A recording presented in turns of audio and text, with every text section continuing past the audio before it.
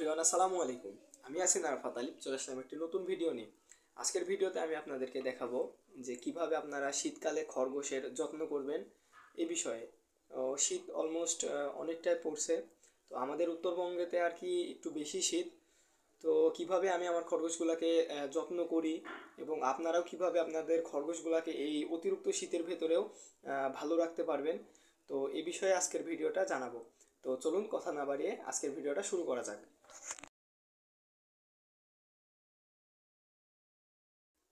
তো ভিউয়ার্স, এই হচ্ছে আমার খরগোশের ঘর। এই যে এইদিকে আমার খরগোশগুলো এখানে খাবার খাচ্ছে। আমি বাইরে দিয়ে এই যে একটা বস্তা টাঙ্গাই দিছি, এই যে পাশে দেখতে পাচ্ছেন, যাতে বাইরের কোনো ঠান্ডা বাতাস ভেতরে প্রবেশ করতে না পারে, এবং উপর দিক দিয়েও দেওয়া আছে। তো আমি এবার খরগোশের ঘরের ভেতরে গিয়ে আপনাদেরকে দেখাই, চলুন।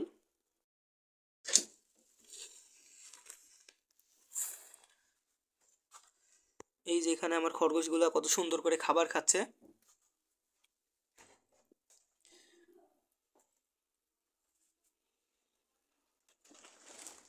দরজাটা আমি আটকাই দিয়ে যে এবার আপনাদেরকে আমি একটু সম্পূর্ণভাবে দেখাই আমার ঘরটা।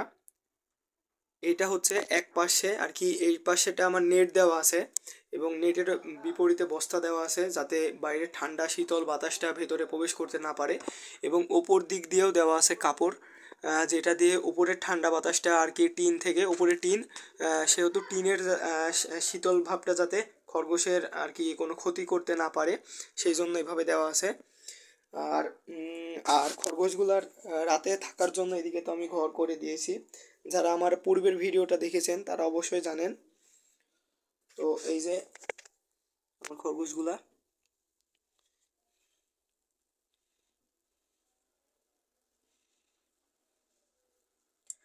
তো আমি আবার খরগোশগুলাকে কি খাবার দিচ্ছি এটা আপনাদের দেখাই। যেখানে খড়ের কুচি আছে ছোট ছোট, এখানে খড়কুচি আছে, এইখানে আছে গাভীর ফিড, আর এই যে এই পাত্রের ভিতরে আছে শুধু পানি। তো পানিটা আমি একটু কুসুম গরম করে দিয়েছি যাতে তাদেরকে ঠান্ডা পানি খেয়ে অসুবিধা না হয়। আর উপরে দেওয়া আছে এখানে একটা বাল্ব দেওয়া আছে, যেটা আর কি তাপ উৎপন্ন করে, এই ধরনের বাল্ব। আপনারাও চেষ্টা করবেন যদি আপনাদের প্রয়োজন মতো হয় আর কি, তাহলে দেওয়ার চেষ্টা করবেন। আমার এখানে অনেক ঠান্ডা খরগোশগুলো আমি দেখে বুঝতে পারছিলাম তারা অনেকটাই ঠান্ডার ভেতরে আছে, সেই জন্য আমি পূর্বের বাল্বটা চেঞ্জ করে এই নতুন বাল্বটা দিয়ে দিছি। তো আমার বাকি আরও কয়েকটা খরগোশ আছে যেগুলা এই যে ভেতরে আছে, এই যে দেখেন সাদাগুলা, এগুলাও দেখতে মাশাল্লাহ অনেক সুন্দর। তো আপনারা অবশ্যই কমেন্ট বক্সে মাশাল্লাহ লিখে যাবেন।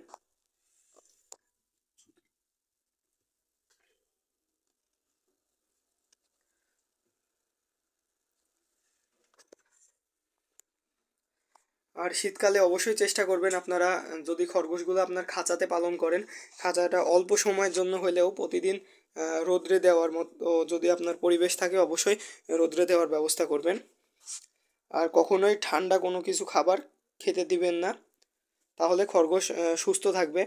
আর খরগোশ এমনিতেও খরগোশের শরীরে অনেক পশম থাকার কারণে তাদের শীত অতিরিক্ত লাগে না, তাও অবশ্যই আমাদেরকে সতর্ক থাকতে হবে।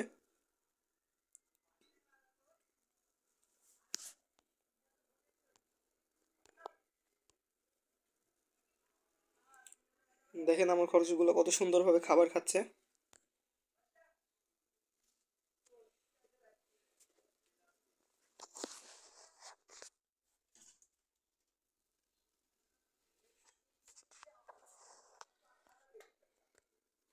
আর অবশ্যই আপনারা প্রতিনিয়ত ফ্রেশ ঘাস দেওয়ার চেষ্টা করবেন।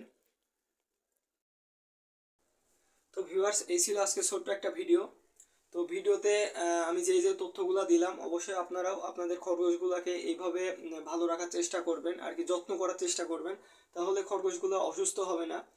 তো খরগোশ যেহেতু অনেক শখের একটা পোষা প্রাণী, তাদেরকে তো আমাদেরকে যত্ন করা লাগবে, না হলে তো তাদের অনেকটা অসুস্থ হয়ে যাবে। অবশ্যই আর আপনাদের আরেকটা কথা বলে রাখি, যখন দেখবেন আপনাদের খরগোশগুলা একটু ঝিমাচ্ছে কিংবা একটু অসুস্থ অসুস্থ ভাব, তখনই দুইটা কিংবা তিনটা তুলসীর পাতা, একবারে ফ্রেশ তুলসী পাতা তাদেরকে খাওয়াই দেওয়ার চেষ্টা করবেন। খুব বেশি না, দুইটা বা তিনটা, এতটুকুই যথেষ্ট। তাহলে ইনশাল্লাহ আপনাদের খরগোশগুলা ঠিক হয়ে যাবে। তো আরও নতুন নতুন আপডেট পাওয়ার জন্য অবশ্যই চ্যানেলটা সাবস্ক্রাইব করতে হবে, তাহলে নতুন নতুন ভিডিও আপলোড করার সাথে সাথে সবার প্রথমে পৌঁছে যাবে আপনাদের কাছে। তো এই ছিল আজকে ছোট্ট একটা ভিডিও। আল্লাহ হাফিজ।